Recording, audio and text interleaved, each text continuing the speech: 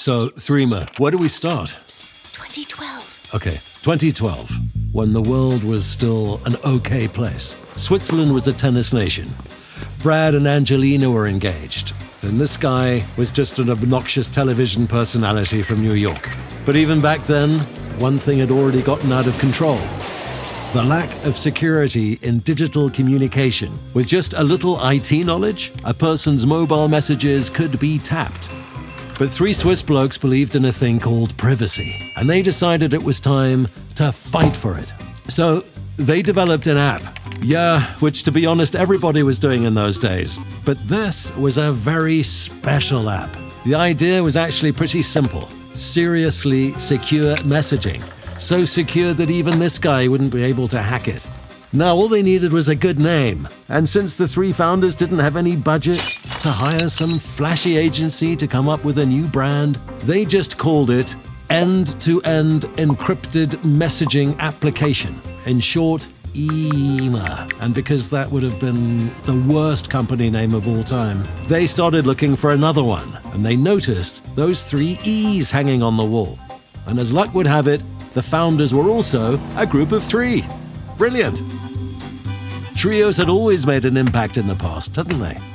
And that's how Threema came into being, a company name that, to be honest, a lot of people had a problem with. Threema. Threema. Threema. Threema. Threema. Threema. Anyway, the app struck a chord, and in just a few weeks, it had 250,000 users. 2 years later, when the world's biggest social media network bought the world's biggest messenger app, people in that world started fearing even more for their privacy and took shelter in Threema's securing arms. Because while the most popular messengers claimed to be free, their users were actually paying for the service with their data.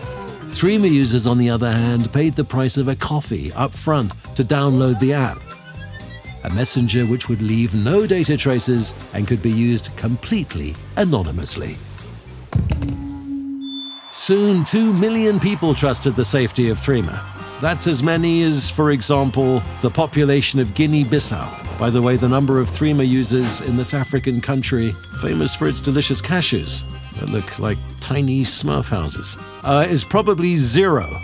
We don't know that. Okay, where were we? Security. Yeah, exactly. So Threema's servers were located in 2 highly secure data centers in Zurich, Switzerland, and not somewhere in the desert, or worse, the land of opportunity. The number of users continued to increase. Companies and institutions relied on the app. Automobile manufacturers, airlines, banks, even the German Chancellor and the Swiss government. Was haben Sie für ein Handy? Das ist ein normales iPhone und Threema ist auch drauf, wo man sicher Nachrichten verschicken und telefonieren. And also the Swiss Army. Recently, Threema became open source. Now everyone could experience the app's magnificence in all its detail. The number of users cracked the magic mark, and the founding trio has grown into a team of over 40 allies.